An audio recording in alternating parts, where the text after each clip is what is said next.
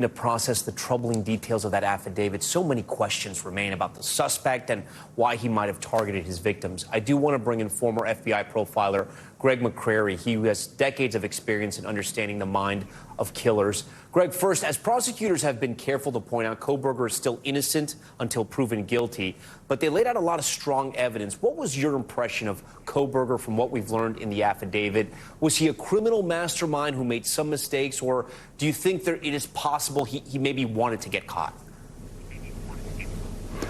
I think it's far less likely he wanted to get caught. I think he is kind of a narcissistic individual. Many of these killers are, and again, he is obviously allowed his presumption of innocence. But my experience is a lot of these guys are very narcissistic. They think they're smarter than everyone else and that they can get away with these things, and then they end up doing something that appears stupid or careless that gets them caught. But it isn't that they want to get caught. Do you think, and it's still unclear, but when the alleged killer, and of course police are saying it's Kohberger, when the alleged killer walks by one of the surviving roommates, do you think that killer made eye contact with that roommate or knew that somebody else was still alive in that house? Or do you think there's a possibility that the killer didn't see this person, didn't know that they had been spotted? That's difficult to know. It's very high stress for the killer at that time, and obviously very high stress for the witness. She described him as having bushy eyebrows, so he certainly was looking in her direction. Whether he saw her clearly or was aware of that, it's just difficult to know. What do you think his biggest mistake was? I mean, obviously the sheath with the DNA print police are saying, led them to Kohberger. Do you see any other sort of glaring mistakes?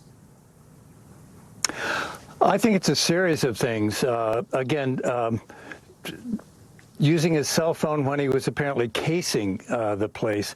And he turned it off while he was in there committing the murder, apparently. But that was rather foolish as well, because it was picked up before and after.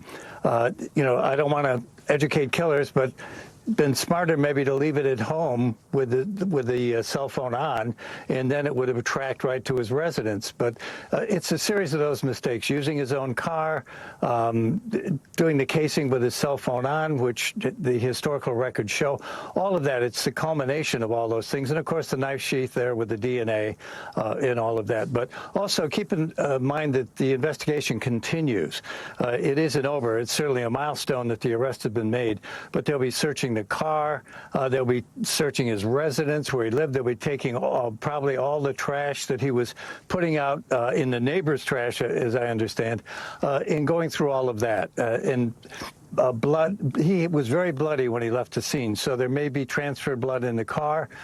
There may be transferred blood that is in his residence as well. So, yes. Yeah, I have two more important questions for you. What does it tell you, as someone who's profiled killers before, that as to use your words and according to the affidavit, he was casing this place, that he had been there at least 12 times, according to police?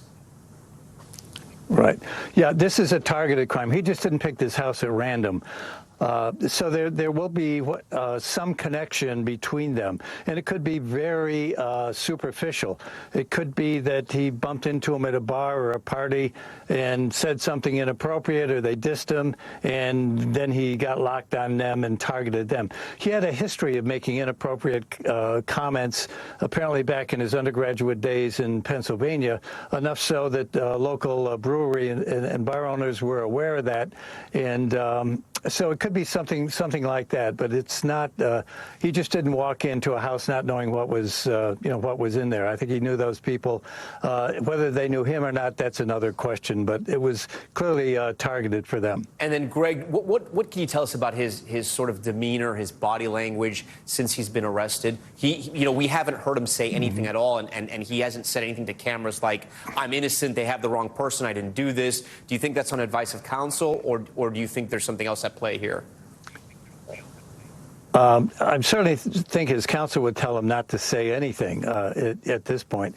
I haven't seen enough body language to make any informed, ideas about that at all. But again, I think what you'll see the narcissism playing out, that he thinks he's smart, smarter than other people. He may try to, if it goes to trial, he'll want to testify, but his attorney won't let him if he's smart.